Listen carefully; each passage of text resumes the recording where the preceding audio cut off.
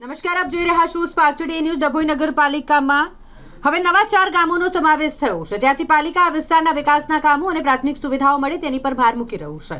હાલમાં 3 મહિના પૂર્વે ધારાસભ્ય શૈલેષ મહેતા દ્વારા પ્રાથમિક સુવિધાઓ મળે તે માટે શહેરી વિકાસ મંત્રી કનુભાઈ દેસાઈને પત્ર લખી 4 ગામોને વિકાસમાં કામો ફાળવવા માટે માંગ કરી હતી. પાલિકા પ્રમુખ બિરેન શાહ અને ચીફ ઓફિસર જયકિશન તડવી દ્વારા કજાપુર, વેગા, તરસાણા અને ટીમ્બી ગામો નગરપાલિકાની ટીમો સાથે પહોંચી કઈ પ્રાથમિક સુવિધાઓ ઊભી કરવાની છે તે માટેની યાદી તૈયાર કરી રહ્યા છે. રોડ, રસ્તા, પાણી, ડ્રેનેજ, સ્ટ્રીટ લાઇટ જેવી માંગ ગ્રામજનોએ કરી હતી, જેનું આગામી સમયમાં કામ શરૂ થશે તેવું નગરપાલિકા પ્રમુખ જણાવ્યું છે.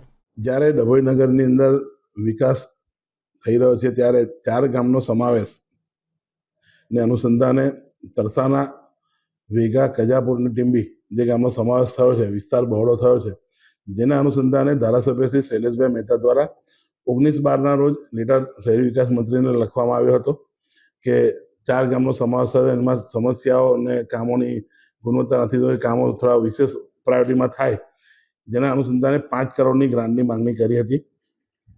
એ અનુસંધાને નગરપાલિકાની ટીમ પણ એમની સાથે ખભે ખભા મળાવી કામગીરી કરી રહી છે. ત્યારે ગત રોજ વેગા, કજાપુર, ટીમ્બી અને તરસાનામાં પોતાની ટીમને લઈ, નગરપાલિકાની ટીમને લઈને ત્યાં સર્વે કર્યો હતો અને પબ્લિકની સાથે જઈને કામોની યાદી લીધી હતી અને જેમાં પાણી લાઈન, ગટર લાઈન, રોડ, રસ્તા અને સાથે કજાપુરમાં પાણી ટાંકી અને સમના કામની માહિતી એકઠી કરી હતી અને એનું માપણી કરવાનો આદેશ આપવામાં આવ્યો છે, જેથી કરી 4 ગામો ડભોઈના અળગા ના લાગે, ડભોઈ જેવા જ વિકસિત ગામ દેખાય એ પ્રમાણેની કામગીરી કરવા કટિબદ્ધ છે.